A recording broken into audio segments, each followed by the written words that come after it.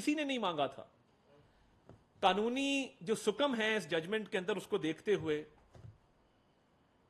حکومتی پارٹی اور اس کی اتحادی پارٹیوں نے سپریم کورٹ کے اس فیصلے کے خلاف ریویو دائر کرنے کا فیصلہ کیا ہے. یہ ریویو ہم دائر کرنے جا رہے ہیں، اور جو قانونی سکم ہے، جو قانونی کمزوریاں ہیں، اور دیکھیے یہ ہماری بات یا آپ کی بات نہیں ہے، بات یہ ہے کہ ایک ایسا فیصلہ آیا ہے جو پریسیڈنٹ بننا ہے، کیونکہ سپریم کورٹ کے آرڈر کے بعد اگلے فیصلے قیامت والے دن اللہ تعالیٰ کی عدالت میں ہونے ہیں. تو ہم یہ سمجھتے ہیں کہ ہم یہ ریویو دائر کرنے میں حق بجانب ہیں، اور وہ خواتین اور مائنورٹیز کے ممبرز جن کی حق تلفی ہوئی ہے،